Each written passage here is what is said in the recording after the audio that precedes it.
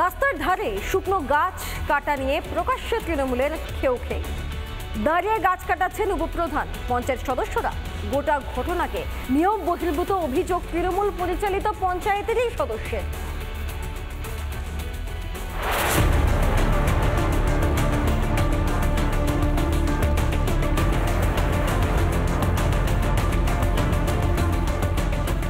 সরকারি গাছ কাটা নিয়ে উত্তেজনা। পঞ্চায়েতের উপপ্রধান ও অন্যান্য সদস্যদের উপস্থিতিতে গাছ কেটে লাখ লাখ টাকায় বিক্রি হয়ে যাচ্ছে বলে অভিযোগ। তৃণমূলের পঞ্চায়েত সদস্যের স্বামীর এমন অভিযোগে দেগঙ্গায় শোরগোল। কমপ্লেন করলাম বন দপ্তরে এবং পিডব্লিউ অফিসে। পঞ্চায়েত প্রধানকে ডাকলো, পঞ্চায়েত প্রধান বলল বিডিওর পারমিশন নিয়েছি। ওনারা বলছে না, আমরা পারমিশন সেভাবে দেইনি, মৌখিকভাবে বলেছি। আমাদের পঞ্চায়েতের গুটি কয়েক মেম্বার এর সাথে যুক্ত আছে এবং প্রধানও জড়িত। 4-5 লক্ষ টাকা দাম আছে। তবে যাবতীয় অভিযোগ উড়িয়ে শুকনো গাছ কাটার সাফাই গিয়েছে পঞ্চায়েত। আমাদের রায়পুরের যে মেম্বার আছে তার স্বামী এবং আরও কয়েকজন তাদের অর্থের দাবি জীবিত গাছ কাটছে, কিন্তু গাছগুলো সমস্ত ছবি টবি সমস্ত ডিপার্টমেন্টে আমার দেওয়া আছে। তাই ওখানকার লোকজন রাগান্বিত হয়ে তাদের তাড়া করে। যে দাদার ক্ষতি হয়েছে সেই দাদা বিডিও অফিসে পারমিশন নিয়ে আমাদের গাছটা কাটা হয়েছে। এখানে জোর করে কিছু করা হয় না। না না না, গাছগুলো 19টা গাছই দেখিয়ে দেবো, শুকনো গাছ। গাছ কাটা নিয়ে তৃণমূলের অন্তর্দ্বন্দ্বের শাসক দলকে দুষতে ছাড়েনি বিজেপি। তৃণমূলের অধঃপতন চিন্তা করতে পারছেন? গাছ কাটাকে নিয়ে কিনা গোষ্ঠীদ্বন্দ্ব। আসলে এদের মূল লক্ষ্য হলো চুরি করা। সে গাছ, পাথর, বালি, ইট, অক্সিজেন, মাটি, মেঘ যা পাবে তাই চুরি করবে। জেলায় জেলায় প্রকাশ্যে তৃণমূলের কোন্দল। সেই রেশ ধরেই চাকলায় গাছ কাটার ভাগ বাটোয়ারা নিয়ে অব্যাহত শাসক দলে খেও খেই। রিপাবলিক বাংলা। দিনহাটা কলেজে উত্তেজনা। তৃণমূল ছাত্র পরিষদের কোন্দলে মাথা ফাটল কলেজেরই 3য় বর্ষের এক ছাত্রের।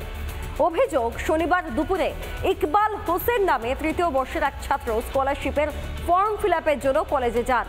সেই সময় বেশ কয়েকজন তার উপর চড়াও হয়। চলে বেধড়ক মারধর, ফাটিয়ে দেওয়া হয় তার মাথা। দিনহাটা মহকুমা হাসপাতালে ভর্তি জখম পড়ুয়া। ঘটনায় 2 জনকে ইতিমধ্যেই আটক করেছে পুলিশ।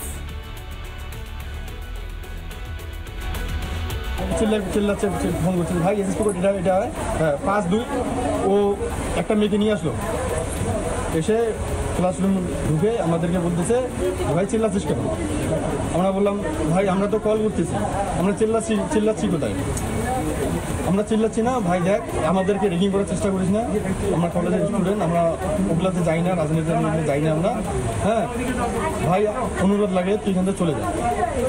পরে ওর একটা বন্ধু আসলো, বন্ধু এসে আবারও আমাদেরকে রেগিং বলতেছে। কে মারছে তোমাকে? আলী। হ্যাঁ, আমি শুনতে পেরেছি এবং ছিলাম আমি যখন ছেলেরা ডেকেছে। 2 গ্রুপ ছেলেদের মধ্যেও মারামারি হয়েছে। তার একজনের মাথা কেটেছে এবং আমি থানায় জানিয়েছি, পুলিশ এসেছে এবং তাদেরকে নিয়ে গেছে। পুলিশ ব্যাপারটা দেখে। হ্যাঁ, ঘটনাটা আমি শুনেছি। এখানে গোষ্ঠীর কোনো ব্যাপার নেই। ছাত্রদের মধ্যে একটা ভুল বোঝাবুঝি অনেক সময় হওয়ার ফলে একটা ঘটনা ঘটে গেছে। সেটা আমরা দেখছি, আমরা তদন্ত করে দেখছি। আজকে দিনহাটা কলেজের 3rd সেমিস্টারের ছাত্র ইকবাল হোসেন তার কাজে কলেজে গিয়েছিল, তার জরুরি কাজে কলেজে গিয়েছিল। সেখানে বিতর্কিতভাবে তার উপর হামলা চালায় 2 জন দুষ্কৃতী।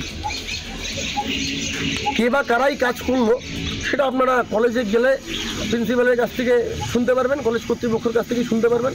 আমরাও তো নাম জানি, আমরা শুনেছি এই কাজের সাথে যুক্ত আলী নামে একজন আছে আর নোবেল নামে একজন আছে, তাই শুনতে পারলাম, এটা আমরা জানতে পারলাম। এরা কারা আমাদের জানা নেই। এরা নিজেদেরকে তৃণমূল ছাত্র পরিষদ দাবি করে। তবে আমি বলবো তৃণমূল ছাত্র পরিষদের এইরূপ আচরণ।